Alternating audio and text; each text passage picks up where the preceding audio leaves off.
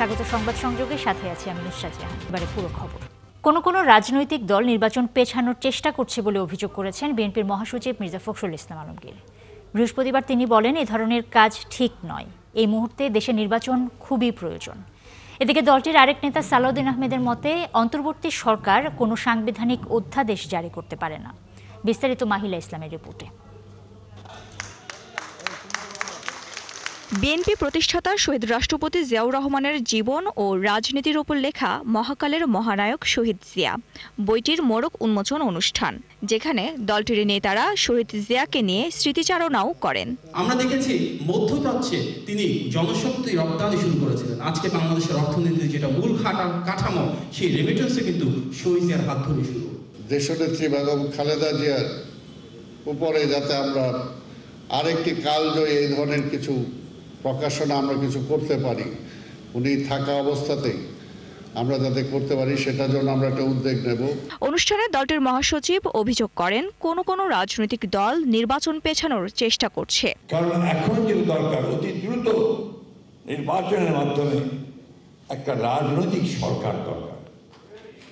কারণ দেশের অর্থনীতি, দেশের রাজনীতি, শিক্ষা সবকিছু নির্ভর করছে আগামীতে একটি নির্বাচিত সরকার সেই ব্যবস্থাগুলি সামনে নিয়ে আসবে। অনেকে সংস্কার প্রশ্নে বিএনপিকে খলনায়ক বানাতে চায়, তা সঠিক নয় বলেও মন্তব্য করেন তিনি। সবকিছু মিলিয়ে এই সংস্কার, আমি যে কথা মাঝে মাঝে বলি যে বিএনপির জন্ম তো সংস্কারের মধ্যে।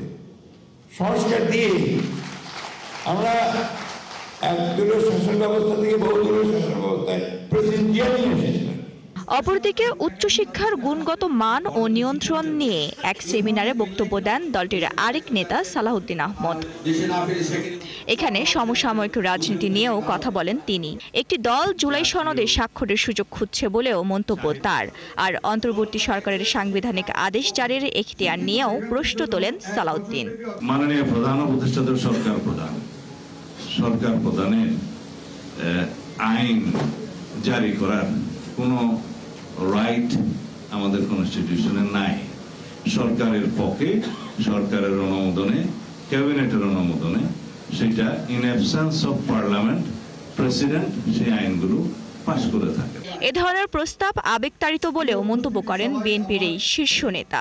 মনে মনে সুখ পাওয়ার মতো কোনো প্রস্তাব না দেই, যেন আমরা বাস্তবতার নিরিখে এবং সাংবিধানিকতাকে যেন নষ্ট না করে। মাহিলা ইসলাম, ৭১, ঢাকা।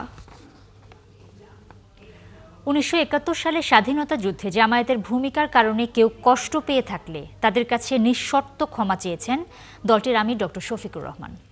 বুধবার যুক্তরাষ্ট্রের নিউ ইয়র্কে এক মতবিনিময় সভায় কথা বলেন তিনি। বিস্তারিত প্রতিবেদনে। দেশ পরিচালনার সুযোগ পায়। নিউ ইয়র্কে কোয়ালিশন অফ বাংলাদেশি আমেরিকান অ্যাসোসিয়েশনের আয়োজনে সাংবাদিকদের সাথে মতবিনিময় করেন জামায়াতে ইসলামের আমির। এ সময় বাংলাদেশের সাম্প্রতিক রাজনৈতিক পরিস্থিতি, জাতীয় নির্বাচন ও ভারতের সাথে সম্পর্ক নিয়ে খোলামেলা কথা বলেন তিনি। আমাদের দেশের কৃষ্টি, কালচার, সভ্যতা। সপ্তাহব্যাপী যুক্তরাষ্ট্র সফরের প্রথম দিন সাংবাদিকদের সাথে মতবিনিময়ে শফিকুর রহমান দলের বর্তমান রাজনৈতিক অবস্থানের কথা স্পষ্ট করতে গিয়ে ১৯৭১ সালের ভূমিকার বিষয়টিও সামনে আনেন। ৪৭ সাল থেকে শুরু জামাত ইসলামীর দ্বারা কেউ যদি কোনো কষ্ট পান, কারো যদি কোনো ক্ষতি হয়ে থাকে, আমি সব ব্যক্তি এবং সংগঠনের পক্ষে নিঃশর্তে আমি আপনাদের কাছে ক্ষমা চাই, আপনারা আমাদেরকে ক্ষমা করে দেবেন। আজকের দিন পর্যন্ত ভারতের সাথে সম্পর্ক কি হবে, সাংবাদিকদের এমন প্রশ্নের কৌশলী জবাব দেন তিনি। আমরা আমাদের প্রতিবেশীকে রেসপেক্ট করতে চাই, সিমিলারলি আমাদের প্রতিবেশীর কাছ থেকে আমরা আমাদের পাওনা রেসপেক্ট করতে চাই। এটা হতে হবে মিউচুয়াল রেসপেক্টের ভিত্তিতে। এনাদার ইকুইটি, এখানে আমরা ইকুইটি বলছি না। ভারত বাংলাদেশের চাইতে ২৬ গুণ বড় একটা দেশ, দুনিয়ার সবচেয়ে বড় পপুলেশনের দেশ। তাদের রিসোর্স, তাদের ম্যান পাওয়ার, তাদের land huge then we people. আমরা তাদেরকে তাদের জায়গায় রেসপেক্ট করতে চাই। পিআর নিয়ে দলের আগের অবস্থান তুলে ধরে সংসদ নির্বাচনের আগেই গণভোট চাইলেন জামায়াতের আমির। পিআর নিয়ে আমরা টানাটানি করছি না, আমরা জনগণের কাছে যাচ্ছি। এটা আমাদের অধিকার এবং দায়িত্ব। পিআর আমাদের দেশের জন্য অবশ্যই নতুন, কিন্তু বিশ্বের উন্নত ২৮টি দেশ ও ৯১টি দেশ এটা অনুসরণ করে। আগামী নির্বাচনে জামায়াত ক্ষমতায় গেলে সাংবিধানিক অধিকার অনুযায়ী সংখ্যালঘুরা নির্বিঘ্নে থাকবে বলেও মন্তব্য করেন শফিকুর রহমান। আমরা এখন আর কোনো মেজরিটি মাইনরিটি এটাও আমরা স্বীকার করি না। আমরা বলি যে উই নিড ইউনিটি। আপনি যখনই মেজরিটি মাইনরিটি বলবেন তার মানে আপনি একটা দেশকে দুই ভাগে ভাগ করে ফেলবেন। আফসানা শাওন, ৭১। নির্বাচনে নিজেদের সুবিধা আদায়ে জাতীয় পার্টিকে বাদ দেওয়ার চেষ্টা করছে জামায়াতে ইসলামী, মন্তব্য করেছেন জাতীয় পার্টির চেয়ারম্যান জিএম কাদের। দুপুরে দলীয় কার্যালয়ে এক অনুষ্ঠানে এই কথা বলেন তিনি। জিএম কাদের বলেন, দেশের ইতিহাসে আইনশৃঙ্খলা পরিস্থিতির এত খারাপ সময় আর আসেনি, যে কারণে পতিত শেখ হাসিনাকে ফ্যাসিবাদ বলা হয়। এই সরকার একই কাজ করছে বলেও তিনি জানান। অনুষ্ঠানে দলের মহাসচিব শামীম হায়দার পাটোয়ারি মন্তব্য করেন, দেশের রাজনৈতিক অনৈক্যের পেছনে জাতীয় ঐকমত্য কমিশন দায়ী। আরও জানান, নির্দলীয় তত্ত্বাবধায়ক সরকারের অধীনেই কেবল সুষ্ঠু ভোট সম্ভব।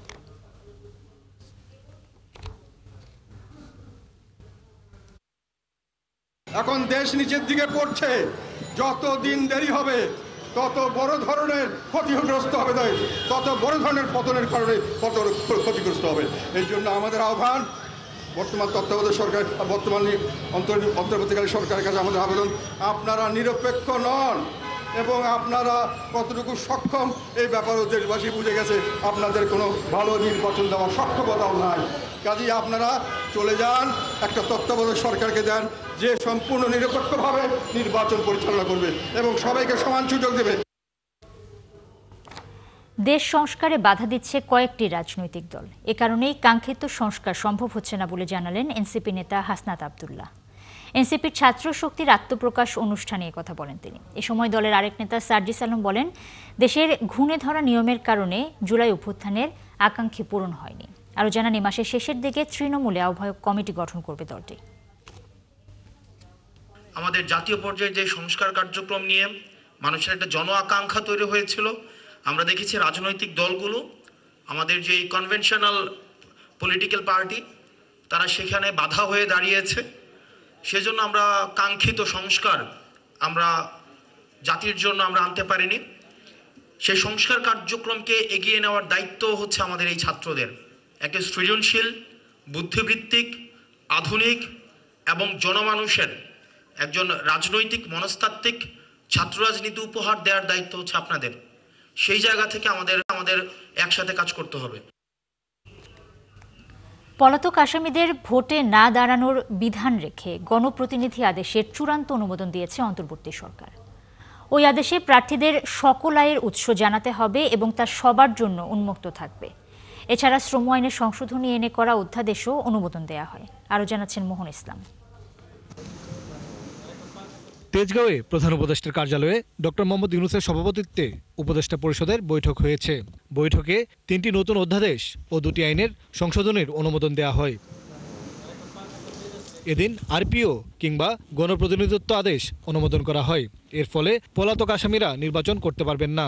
আর কোনো কেন্দ্রে সমস্যা হলে পুরো এলাকায় নির্বাচন বন্ধ করার ক্ষমতা থাকবে কর্মকর্তাদের। আজকে আমাদের মাননীয় প্রধান উপদেষ্টা নির্দেশ দিয়েছেন, নির্বাচনে যারা প্রার্থী থাকবেন ওনাদের দেশি সোর্সে, বিদেশি সোর্সে ইনকাম, সম্পত্তি সমস্ত কিছুর বিবরণ নির্বাচন কমিশনকে দিতে হবে এবং এটা আমরা ওয়েবসাইটে পাবলিক করে দিব, সবাই জানবে।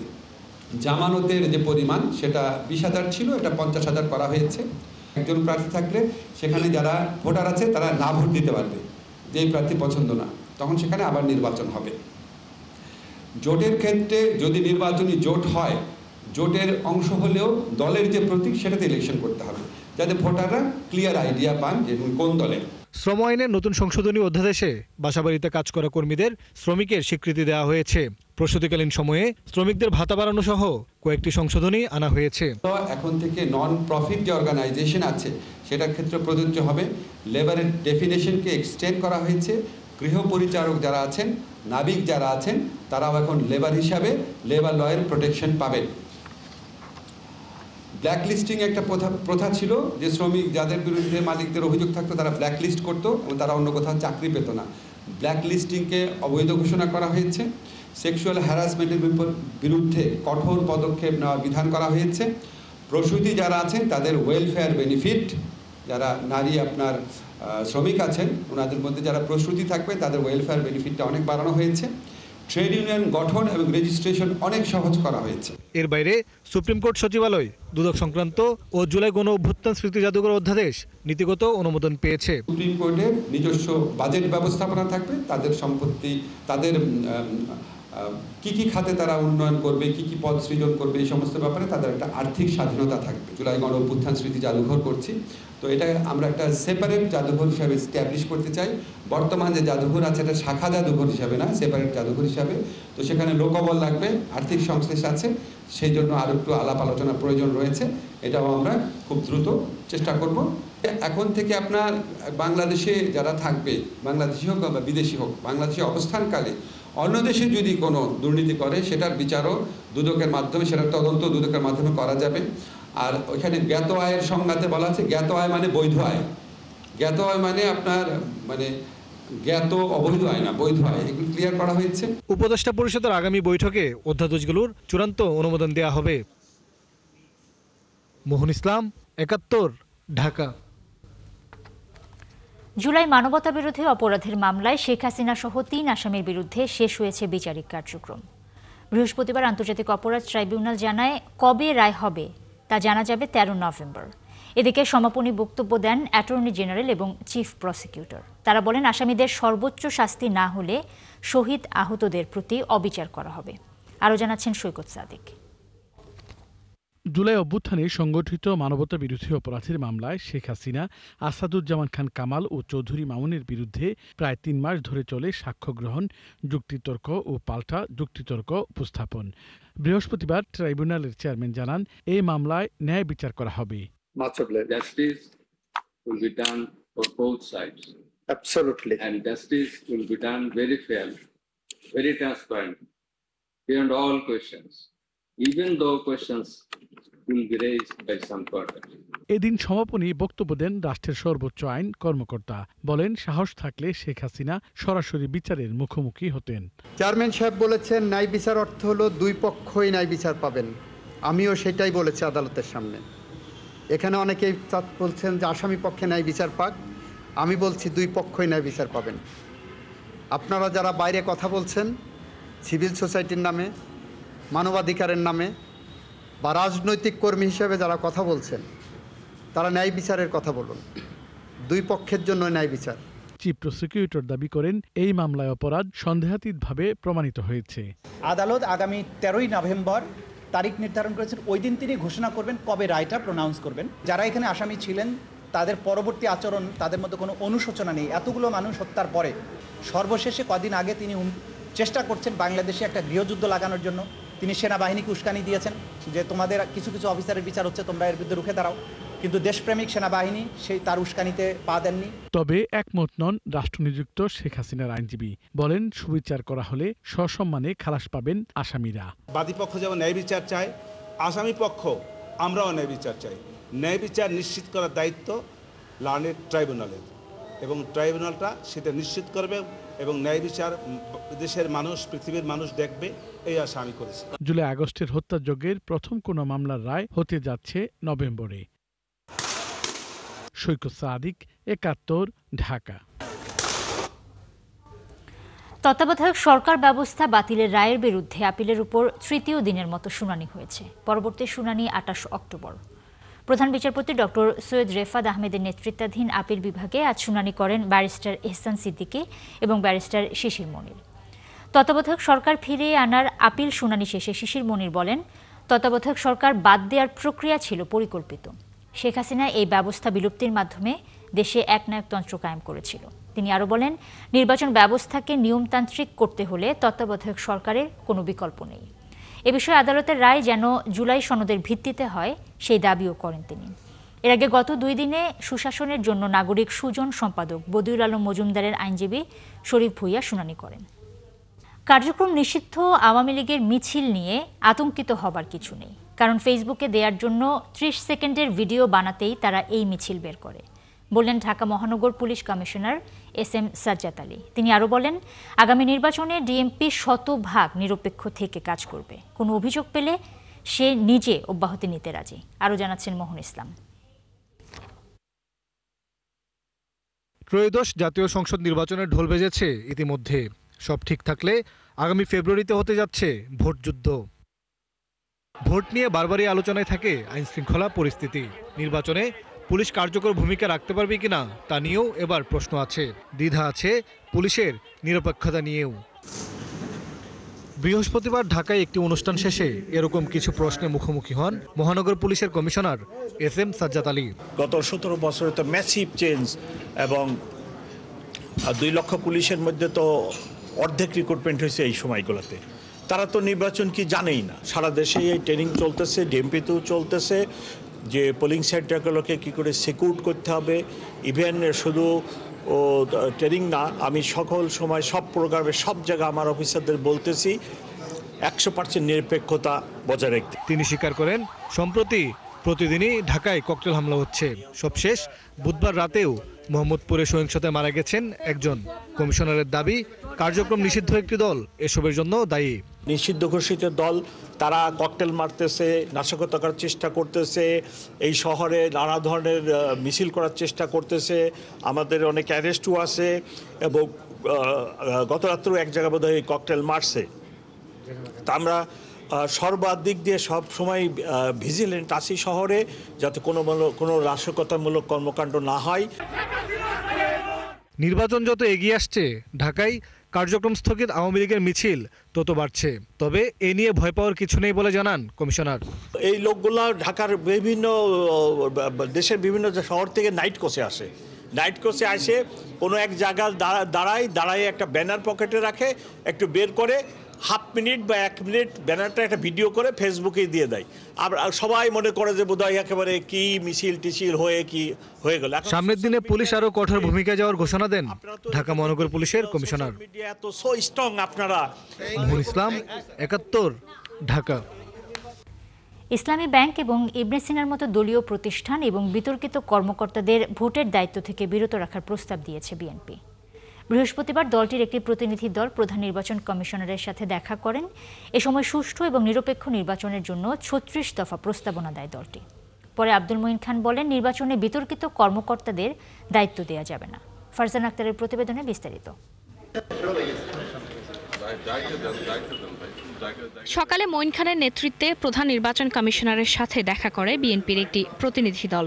তারা টানা 3 ঘণ্টা বৈঠক করেন। এ সময় 36 দফার একটি কার্যপত্র সিইসির সামনে তুলে ধরে দলটি। কার্যপত্র আগামী নির্বাচনে ইসলামী ব্যাংক ও সমমনা প্রতিষ্ঠানের কাউকে ও বিতর্কিত কর্মকর্তাদের দায়িত্বে না দিতে ইসির প্রতি আহ্বান জানায় দলটি। মূলত সরকার থেকে তারা সেই দিনের জন্য বা কয়েকদিনের জন্য তারা ধার করে নিয়ে আসে। তিনি আরো বলেন, নির্বাচনের নিরপেক্ষ কর্মকর্তাদেরই দায়িত্ব দেওয়া উচিত। বিতর্কিত যারা, প্রশ্নবিদ্ধ যারা রয়েছেন, তাদের যেন আগামী নির্বাচন প্রক্রিয়ায় কোনোভাবে অংশগ্রহণ করতে না পারে, কোনো প্রভাব ফেলতে না পারে, সেই সম্বন্ধে নির্বাচন কমিশনকে অত্যন্ত সতর্ক থাকতে হবে। ভোটের সময় সরকার কি রকম কাজ করলে আস্থা আসবে তাও জানান তিনি। এই সরকারকে, এই নির্বাচন কমিশনকে, এবং সেটাই আমরা অনুরোধ করেছি যে তাদেরকে সেই কনফিডেন্স বাংলাদেশের মানুষের মনে জাগিয়ে তুলতে হবে যে আমরা ভুল পথে যাব না, আমরা অন্যায়ের পথে যাব না, আমরা একটা সঠিক পথে যাচ্ছি।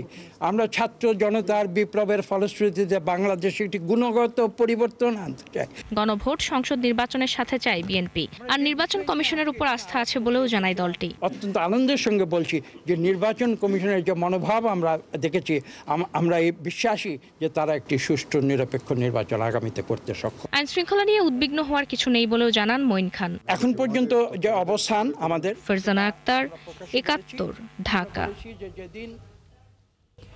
মেট্রো রেলের প্ল্যাটফর্মে উঠে যাত্রা না করে বেরিয়ে গেলে 100 টাকা জরিমানা গুনতে হবে। এ নিয়ে ক্ষোভ প্রকাশ করেছেন যাত্রীরা। মেট্রো রেল পরিচালনা প্রতিষ্ঠান DMTCL এর MD বলেছেন, জরিমানা করা নয়, রাজস্ব ফাঁকি ঠেকাতেই এই ব্যবস্থা নেওয়া হয়েছে। বিশেষ প্রয়োজনে প্ল্যাটফর্ম থেকে বের হতে চাইলে কাউন্টারে যোগাযোগের পরামর্শও দিয়েছেন তিনি।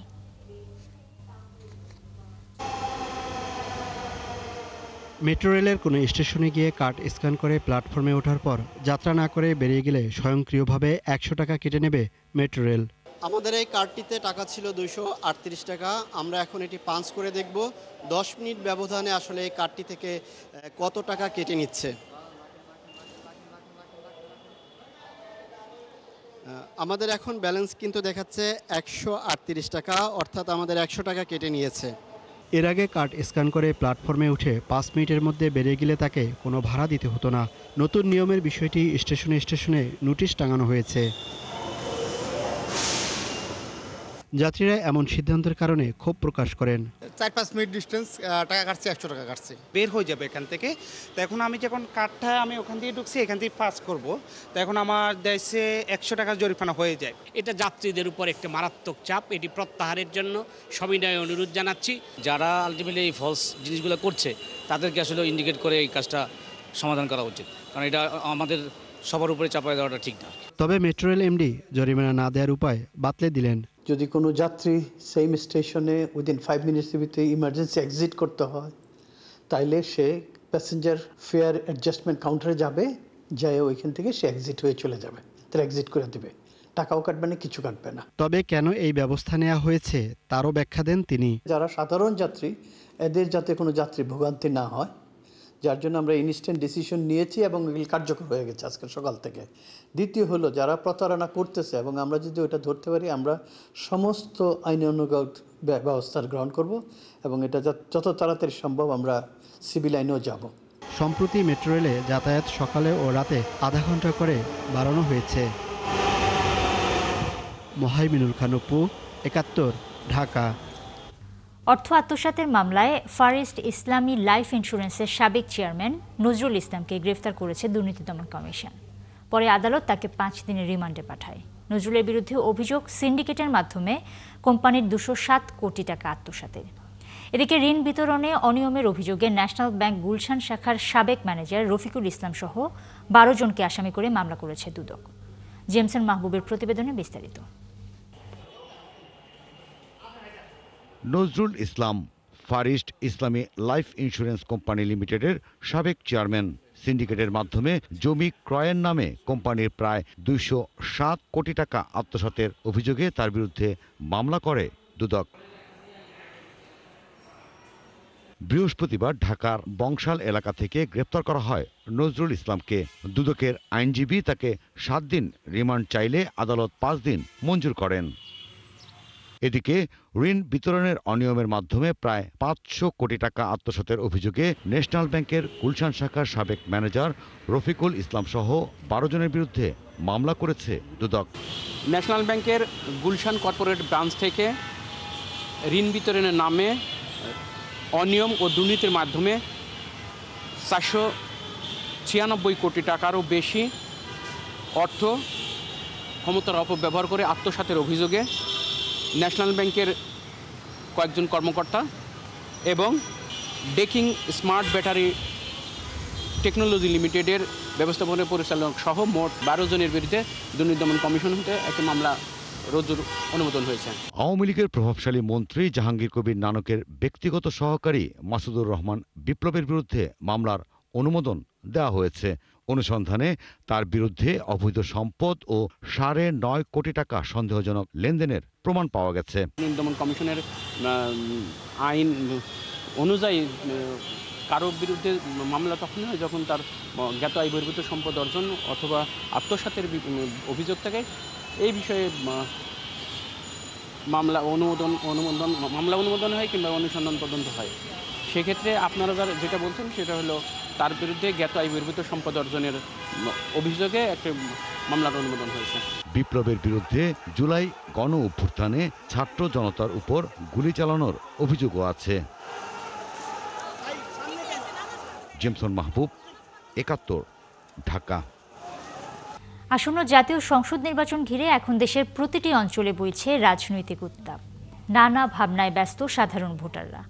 তবে এই নির্বাচনে নারীরা কি ভাবছেন, তারা কেমন নেতৃত্ব দেখতে চান, কি পরিবর্তন চান সমাজে, আর কতটা প্রস্তুত ভোট দিতে, এসব প্রশ্নের উত্তর খোঁজাও জরুরি।